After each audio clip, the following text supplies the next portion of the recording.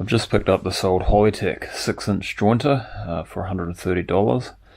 It's been sitting in a damp shed for the last 20 years, so it is quite rusty. It'll need a good clean up, and the blades are very blunt, so I'll have to give them a grind. It does have an electrical problem. It keeps popping fuses, and the previous owner said he got an electric shock last time he used it. So there's obviously a wire shorting out in there somewhere. I'll pop that switch off and have a good look at the wiring, and hopefully it's just in there. Otherwise I'll have to pull that motor apart and have a look. I do have another jointer, but it's not as good as this one. It's got a shorter table, and the motor isn't as powerful, so hopefully I can get this one running. I think it'll do a much better job.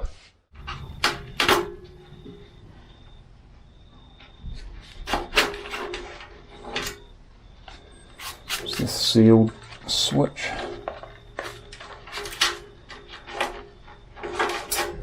Oh yep, already I can see a problem. It looks like these wires have been pinching.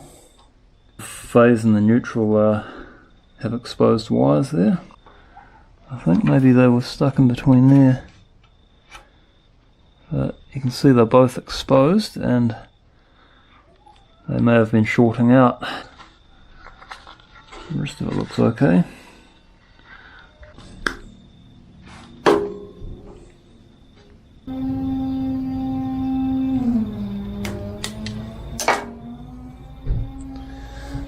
Listen to that racket. The neighbours doing renovations. I miss my forest hideaway, that's for sure.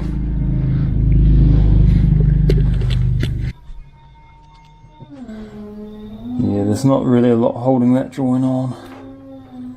Not a big fan of these twist-on things.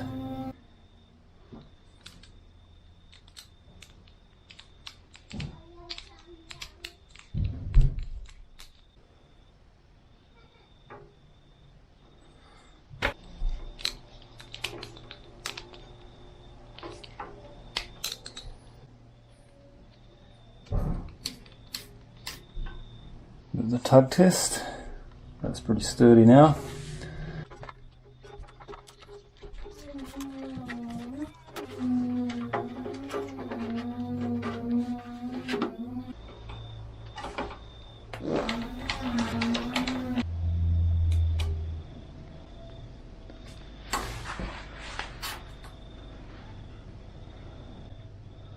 That's all right.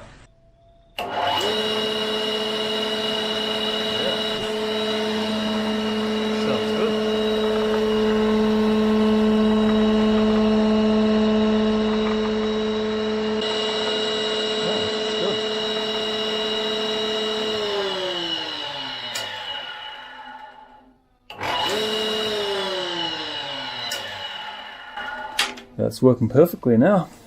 Problem solved. So there's no stray voltage there, so I think it's pretty safe to use.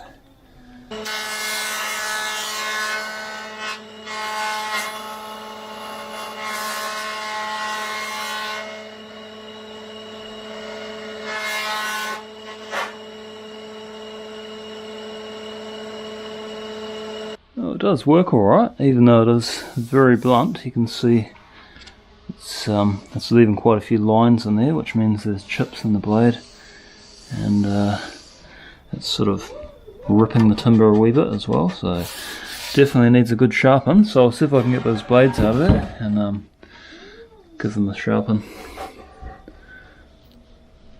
If I can undo those nuts, they're pretty well rusted on there, so I'll just put a bit of penetrating oil in there, see if I can loosen them up.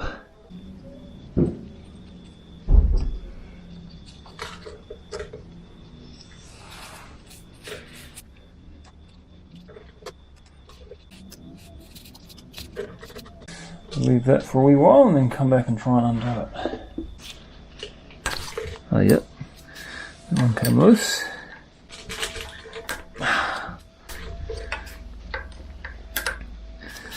Start with this easy one that's not rusty.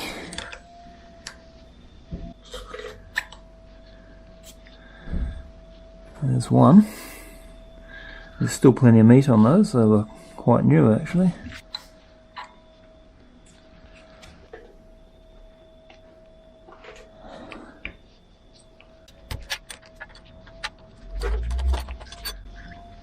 too.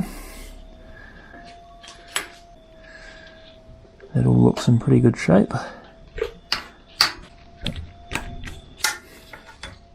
There's 4 bolts in here, and they just clamp the blade into place at the back of this head. Great, oh, I've got them all out, no problems. So that's all looking good. I should be able to sharpen the lows and get it cutting again.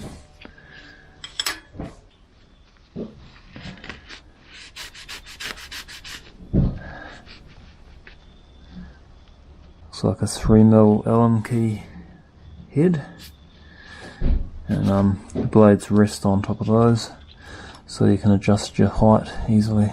That's a good idea.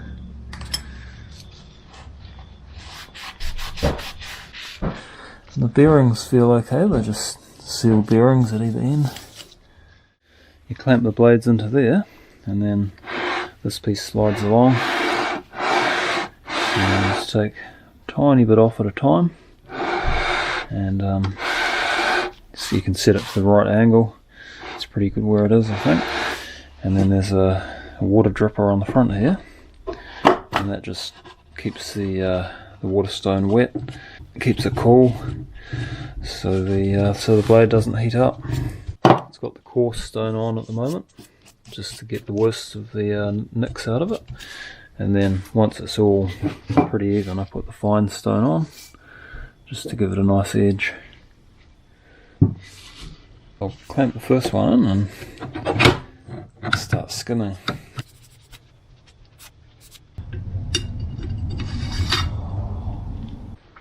Try and get that nice and even. Looks about right.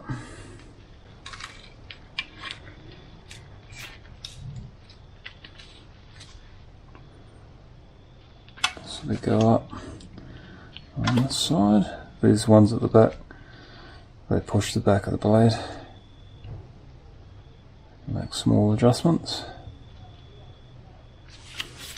It's looking pretty good.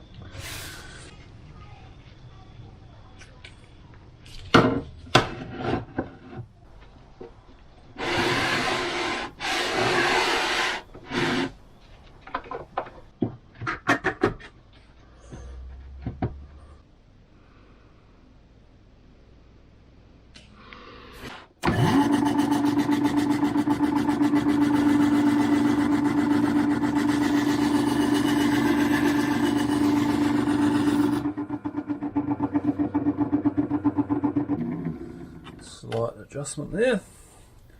It's got to come back a little bit. Down.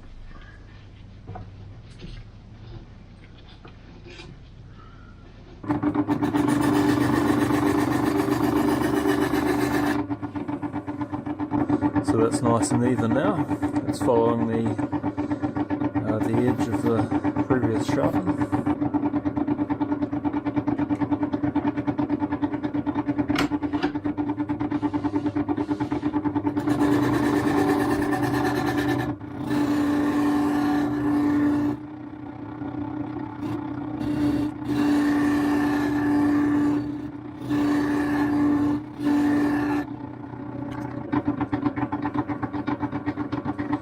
Still a few nicks in there, so I'll keep going until I go on.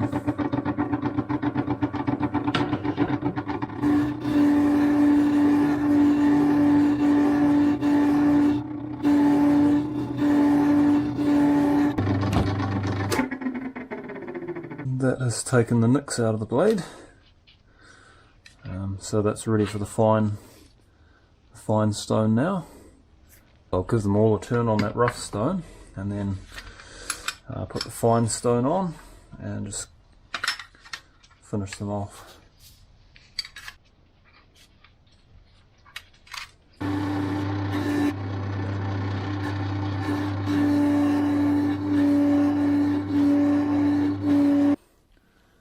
They seem to have a big nick right in the middle of them. They must have hit a nail or something at some stage. But it's taken a bit of grinding to get that out, but it's looking good now. So last one.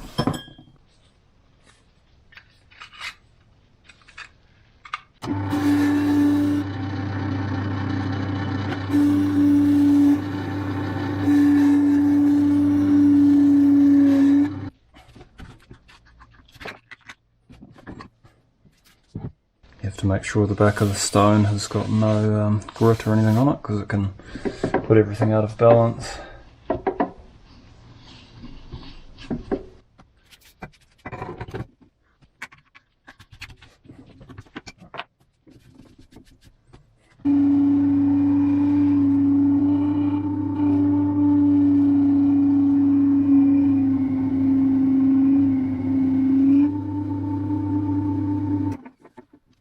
Alright, that's got a nice edge on it now.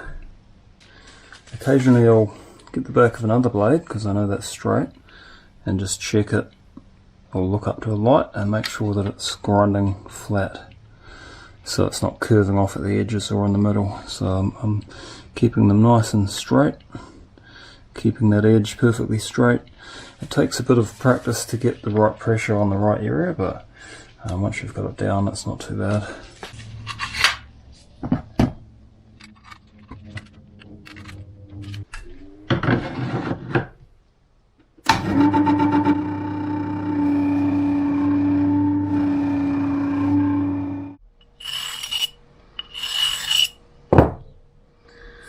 Just taking the burr off the backside with a fine stone.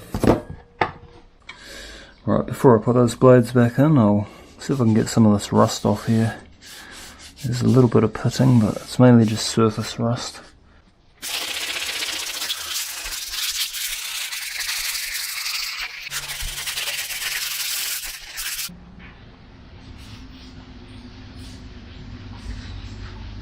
That's coming up nice. Got most of that rust off, and there's only a little bit of pitting there. Nothing major. I ended up using just sandpaper to get the rust off. I'll just give that a light coat of oil, and that'll stop the rust coming back.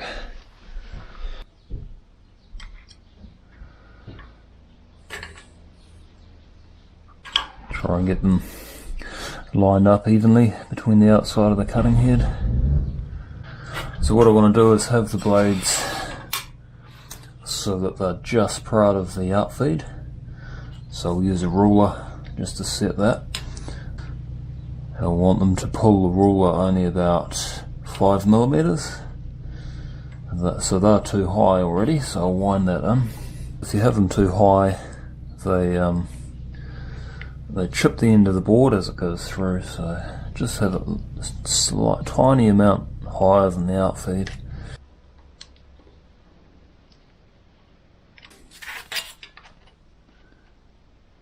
Spot on.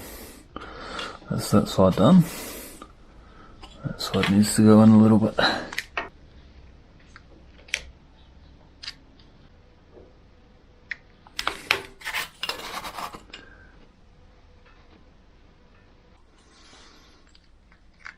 That's spot on. So the blade is bringing the ruler forward 5mm on either side, so I know it's lined up evenly then. And we'll clamp that down.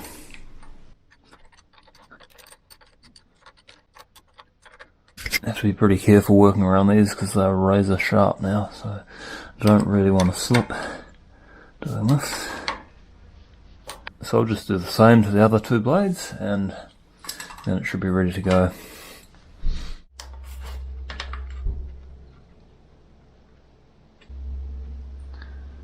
Yep, that's it.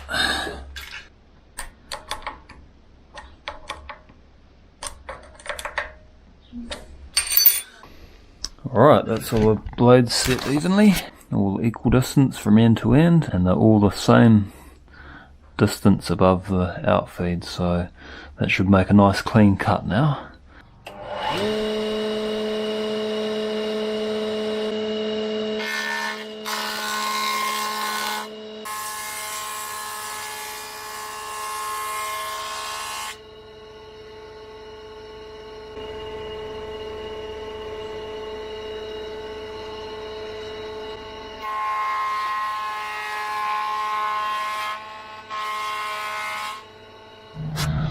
That's cutting superbly now. Nice and smooth and even. Bit of mulch for the garden as well. And what I'll do is, this next piece, I'll cut this bit of Kanuka wood, which is really good for smoking fish. Use the sawdust in the smoker, and it comes out really nice. So I'll buzz that through and catch the sawdust.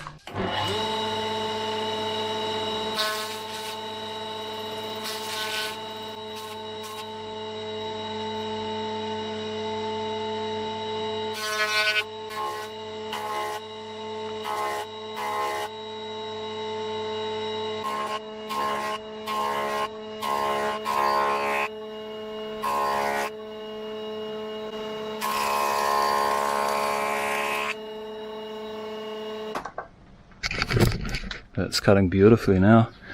That's a hardwood timber, so it's fairly hard to cut through. You need sharp blades for that, but it's just whizzing through it like hot knife through butter, so pretty happy with that. So it's now a pretty useful machine. So if I keep that oiled, I think it'll stay good for years. And I've also got a box of chips, wood chips for smoking fish, so added bonus. Look at that. Just a simple fix, that pinched wire, and sharpened the blades, gave it a tidy up, and now it's a good machine. I'll get a lot of use out of that, I think. I've got to do a bit of work on the house now. It's a 70-year-old house, so there's quite a few issues with it. It's had a coat of paint, so it looks good, but there's quite a few problems.